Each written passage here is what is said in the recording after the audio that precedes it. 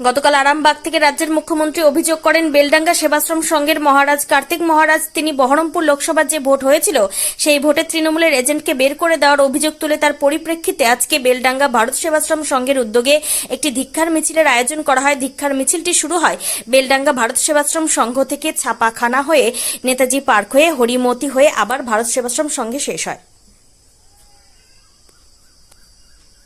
আমরা খুব মর্মাহত।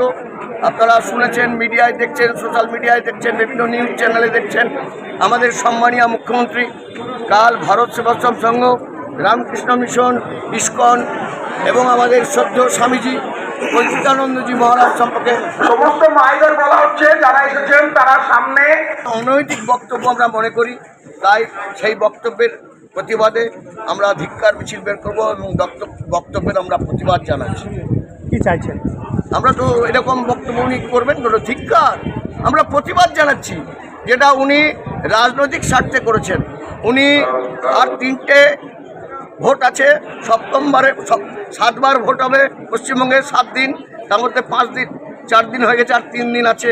সেই 3 দিনে উনি আশঙ্কা করছেন মুসলিম ভোট আমার এবার আর একদিকে পড়ছে না, অতএব বাকি 3টে যে ভোট আছে তাতে যেন মুসলিম ভোটগুলো কনসলিডেট করা যায়, তার জন্য এটা উনি করেছেন। উনি মনে প্রাণে যে এটা কখনোই বিশ্বাস করেন না যে ভারত সেবাশ্রম সংঘ সাম্প্রদায়িকতায় বিশ্বাসী বা সন্ত্রাসবাদী, উনি বিশ্বাস করেন না। তা যদি মানে আর সবথেকে খারাপ লাগে, হুমায়ুন কবির যে কথা বলেছিলেন কিছুদিন আগে, আপনারা শুনেছেন, ভাগীরথীতে বিসর্জন দিয়ে দেবো। আপনি বঙ্গীয় ইমাম পরিষদ তাদের লিফলেট ছাপিয়ে বলেছে সন্ত্রাসবাদী বিজেপিকে কেউ ভোট দিও না, খালি ভোট দাও টিএমসিকে। তারও কোনো প্রতিবাদ করেনি। উনি যদি ওগুলোরও প্রতিবাদ করতেন আর আমাদের মহারাজদের প্রতিবাদ করতেন তাও নয় মানা যেত। কিন্তু ভারত সেবাশ্রম সংঘ সেবা কাজ করে, কিন্তু হিন্দু স্বার্থে তারা সুরক্ষা, হিন্দুদের সুরক্ষাও দেয়।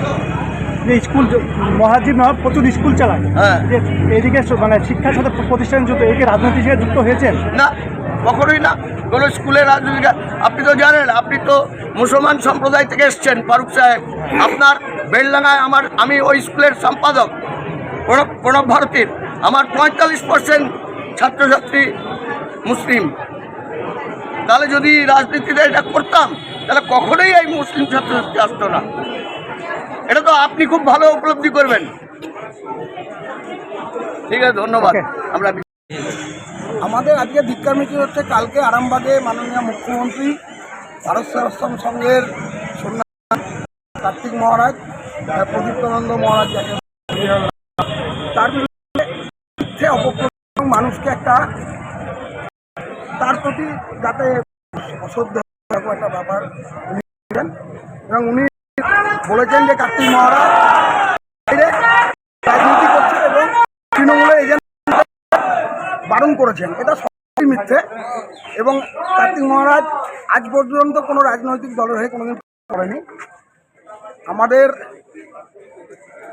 বিধায়ক হুমায়ুন কবির যে ভাষণ দিলেন তৃণমূলের থেকে, যে মুর্শিদাবাদে 30% হিন্দু এবং 70% আমরা, তাই যে কোনো সময় 2 ঘন্টার মধ্যে কেটে গঙ্গায় ভাসিয়ে দেবো, তার প্রতিবাদে বহরমপুরে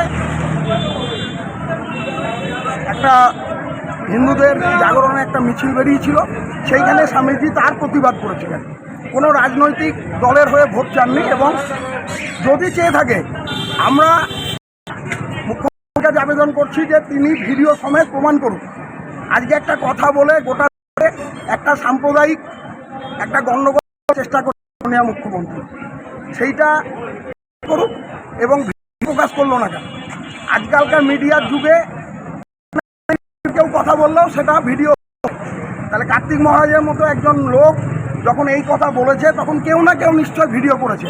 তা আমরা দাবি করছি যে তার ভিডিও প্রকাশ করা হোক এবং মানুষের প্রতি এই যে হিন্দু মুসলমানের রাজনীতি আশ্রমী বা কার্তিক মহারাজেরকে যারা শ্রদ্ধা করি বা ভালোবাসি তারা প্রত্যেকে স্বতঃপ্রণোদিতভাবে আমরা তার ধিক্কার জানাচ্ছি। সেই ধিক্কার মিছিল বেলডাঙ্গা শহর পরিক্রমা। আমরা চাইছি যে স্বামীজি যদি সত্যি এই কথা বলে থাকে তা এবং না হলে তিনি ক্ষমা চান যে না এটা আমার রাজনৈতিক উদ্দেশ্যভাবে বলেছি, এটা ঠিক না, এটা আমরা চাইছি। আমি সুমিত ঘোষ, বেলডাঙ্গা আশ্রমের সঙ্গে দীর্ঘদিন যুক্ত এবং আমি একজন সনাতনী ভারত আশ্রম সংঘের শিষ্য বলুন বা যাই হোক।